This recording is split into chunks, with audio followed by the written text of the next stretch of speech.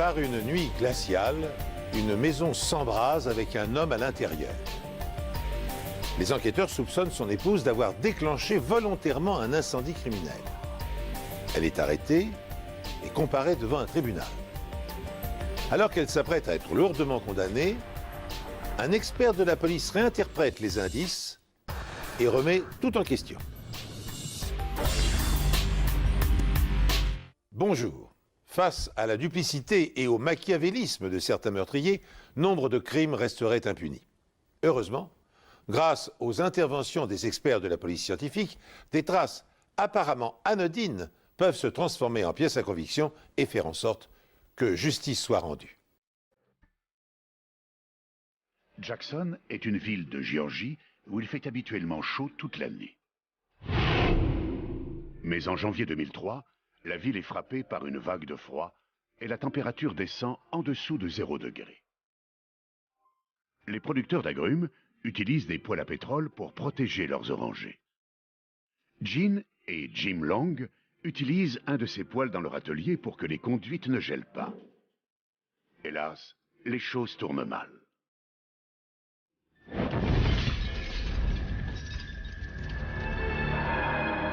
Lorsque les pompiers arrivent, toute la maison est en feu. Gene a pu sortir, mais son mari, Jim, est coincé à l'intérieur. Mon beau-père est venu nous réveiller. Il m'a dit...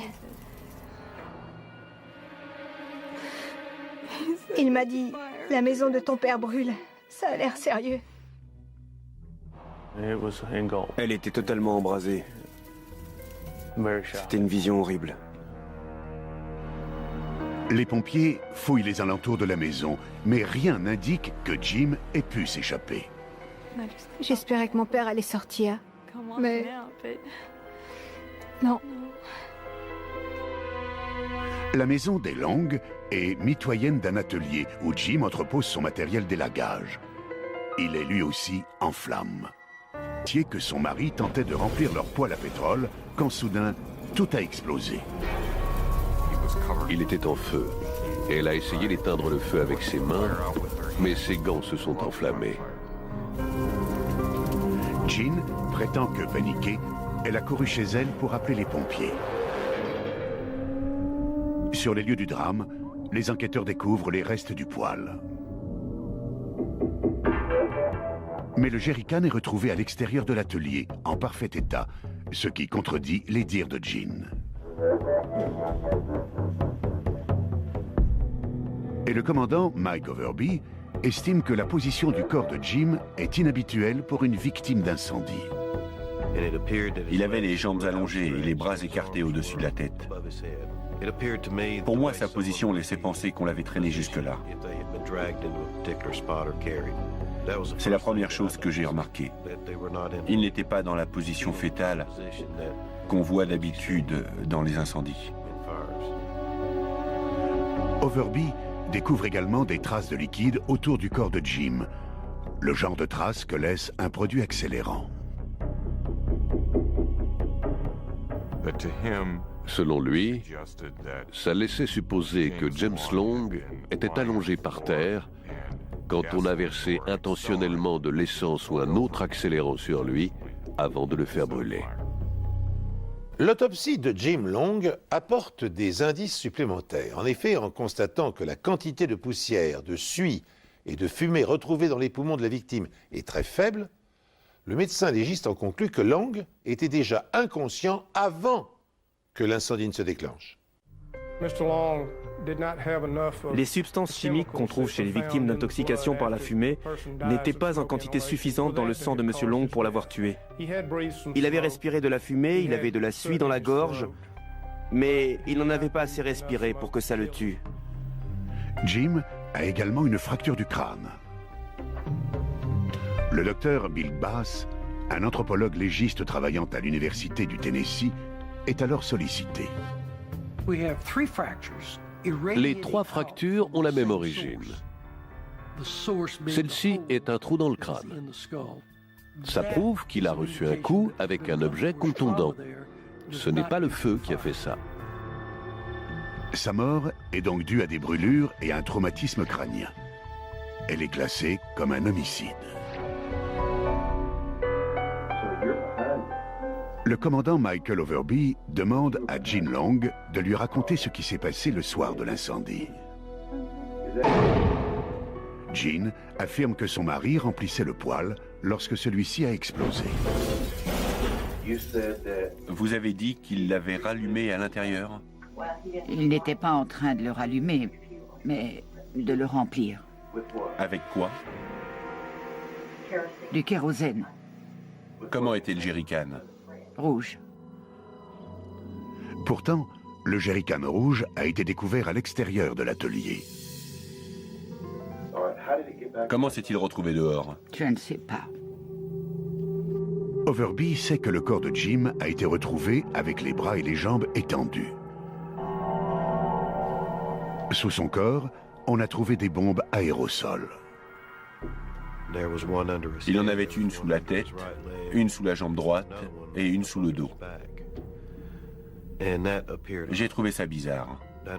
J'ai vraiment eu le sentiment qu'on les avait utilisés pour accélérer les dégâts du feu sur le corps. Il y a aussi des traces suspectes sur le bitume autour du corps. Ce sont des traces de liquide inflammable, là. Il n'y a rien d'autre qui laisse ce type de marque, rien. On trouve ces traces sur le bitume lorsqu'un accélérant, comme l'essence, est déversé sur quelque chose. Vous me suivez?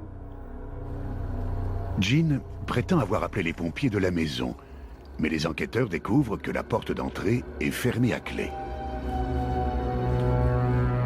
Selon eux, si Gene l'a fermée en sortant, c'est qu'elle n'était pas pressée de sauver son mari.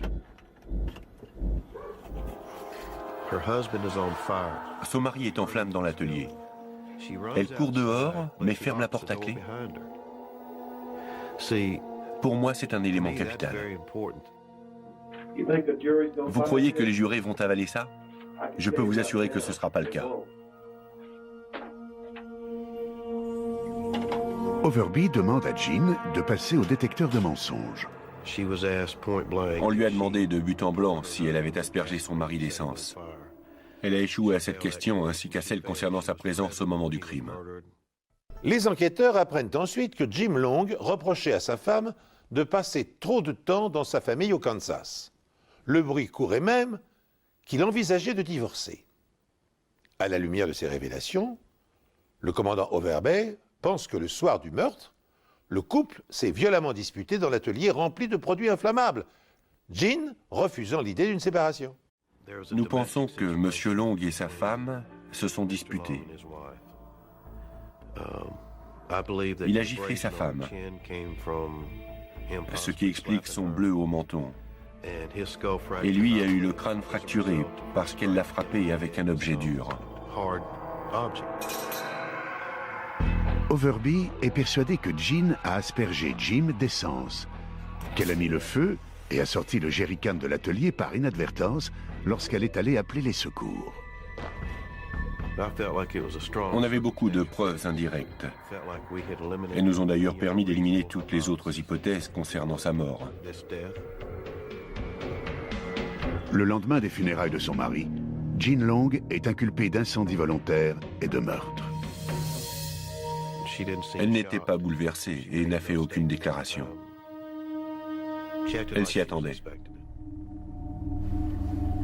Gene affirme à ses avocats qu'une explosion a eu lieu dans l'atelier et que des preuves doivent se trouver dans les cendres.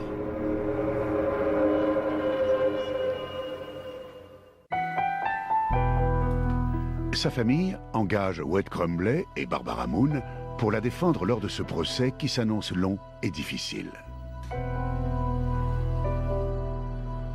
Barbara Moon rencontre Gene à la prison du comté. C'était une femme brisée. Elle se tripotait les mains et ne cessait de trembler. Elle m'a paru sincère et je l'ai crue. C'est aussi simple que ça. Une semaine plus tard, l'église de Gene réussit à collecter suffisamment d'argent pour sa caution. Sa famille soutient qu'elle et Jim formaient un couple heureux. Et la fille de Jim le confirme. J'étais contente qu'il ait rencontré quelqu'un. Il était heureux et il n'était plus seul. Quand on voyait Jim, Jean n'était pas loin. On ne les voyait pas l'un sans l'autre, ils étaient inséparables. Le mobile de Jim ne peut pas être l'argent, car l'assurance vie de Jim ne dépasse pas les 40 000 $. Pourtant, le parquet reste persuadé de sa culpabilité. Et il pensait que lorsque l'occasion de se débarrasser de lui s'était présentée, elle l'avait aspergé d'essence avant de le brûler, et qu'elle avait ensuite tenté de faire croire à un accident. La défense demande à John Lantini, un expert en incendie reconnu, de leur donner son avis. Pour ce qui est de la qualité de l'enquête sur l'incendie, je n'en avais jamais vu d'aussi mauvaise. Pourtant, j'en ai vu beaucoup, mais celle-ci était la pire de toutes. Le commandant trouve la position du corps suspecte. Dès le début, nous avons pensé, vu la position du corps, avec les bras écartés au-dessus de la tête et les jambes allongées, qu'il avait été placé là. Mais tout au long des interrogatoires, Jin Long a affirmé qu'au début de l'incendie, son mari s'agitait en tous sens dans le but d'éteindre les flammes qui brûlaient ses vêtements. Est-il dès lors concevable que dans la panique, il se soit brisé le crâne en tombant sur la table en métal? Je peux vous dire qu'un choc sur le côté de la tête est à l'origine des fractures. Qui l'a frappé? Ou comment ce choc s'est produit? Ça, je ne peux pas vous le dire. Est-il possible qu'il se soit cogné à l'établi? Oui. Lantini considère l'inculpation d'incendie volontaire et de meurtre prématuré. Pour lui, le responsable, c'est le poêle. On remplit ce réservoir avec du kérosène ou du fioul. Ensuite, on lance une allumette dedans. Quand la flamme est éteinte, tout ça s'encrasse et la suie qui se dépose est aussi inflammable que du charbon. Donc, si on ne le laisse pas assez refroidir, ça peut être très dangereux. La chromatographie en phase gazeuse du résidu trouvé à l'intérieur du réservoir du poêle incriminé établit qu'il s'agit d'essence et non de kérosène. Il faut une température très élevée au kérosène pour qu'il s'enflamme, tandis que l'essence prend feu à une température relativement basse. La différence d'inflammabilité entre l'essence et le kérosène est énorme. J'ai enquêté sur de nombreux feux où les gens avaient mis par erreur de l'essence dans des poêles à pétrole et provoqué de violents incendies. Jin prétend qu'ils utilisaient le poêle à l'extérieur avant de le rentrer. Comme 4 litres d'essence équivalent à 20 bâtons de dynamite, lorsque Jim a versé l'essence dans le réservoir encore chaud, ça a entraîné une explosion, exactement comme Jin l'affirme. Les résidus d'essence à l'intérieur du poêle constituaient une preuve matérielle, et Madame Long était le témoin oculaire. Tout concordait. Elle n'aurait pas pu inventer ça. Le jerrycan rouge trouvé à l'extérieur de l'atelier et que les enquêteurs trouvent si suspect contient du kérosène. Cela prouve qu'il n'est pas impliqué dans le feu. Mais le parquet continue de penser que Jin Long a tué son mari. Qui les jurés vont-ils croire?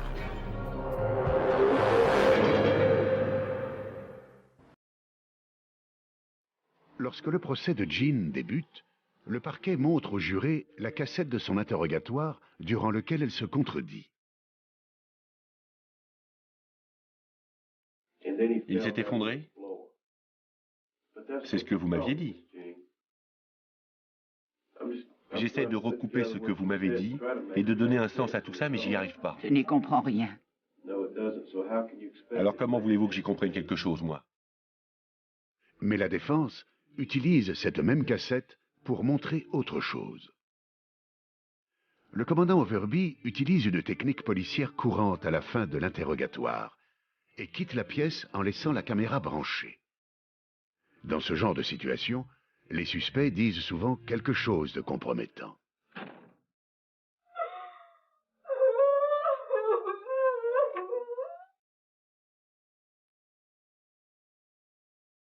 Mais cette fois, le suspect a dit autre chose. Mon Dieu, aidez-moi. Aidez-moi à lui expliquer. Vous savez que je n'ai rien fait. Il s'est produit le contraire de ce que le policier espérait. Il pensait qu'elle allait dire quelque chose de compromettant. Et en fait, elle s'est adressée à Dieu en le suppliant de l'aider à supporter cet interrogatoire pénible.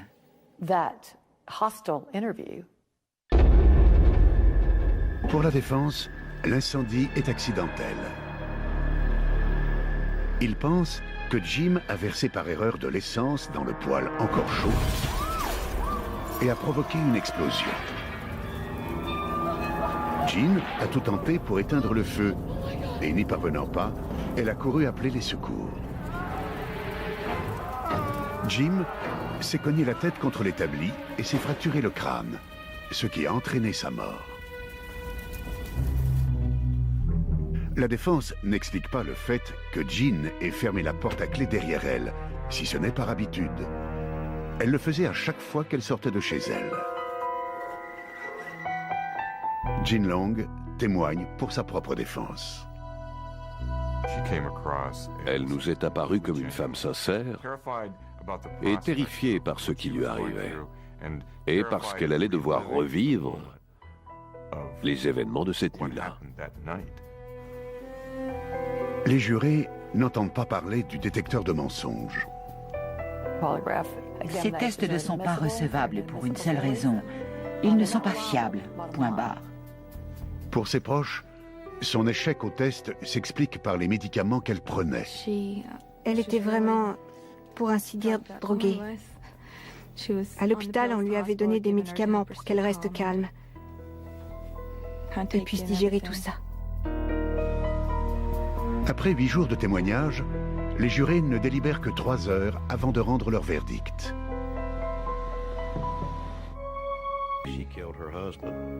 Mais elle a réussi à s'en tirer. Je n'arrive pas à comprendre pourquoi les jurés ont rendu ce verdict. Après son acquittement, Jean Long quitte l'État pour tenter de remettre de l'ordre dans sa vie. Elle a toujours beaucoup de peine, mais elle peut enfin se concentrer sur autre chose que son procès et faire un travail sur elle-même. Les vestiges de la maison et de l'atelier de Jim et Jean Long sont toujours là. Rappelant ainsi que la médecine légale ne permet pas uniquement de confondre les coupables, mais protège aussi les innocents. J'espère que ça n'arrivera plus jamais. Que personne ne subira ce que nous avons subi. C'est à l'accusation d'apporter la preuve que l'incendie était volontaire, mais dans cette affaire, ils n'ont pas pu. Il ne s'agit pas d'une erreur de coupable dans une affaire criminelle. Il n'y a pas eu de crime. C'était un accident. Comme vous le savez sans doute, le fonctionnement de la justice est radicalement différent en France et aux États-Unis. Le droit français est strictement codifié, alors que le droit américain est essentiellement fondé sur la jurisprudence. Ainsi, alors que le procès pénal américain est entre les mains du procureur et des avocats de la défense, le procès français est organisé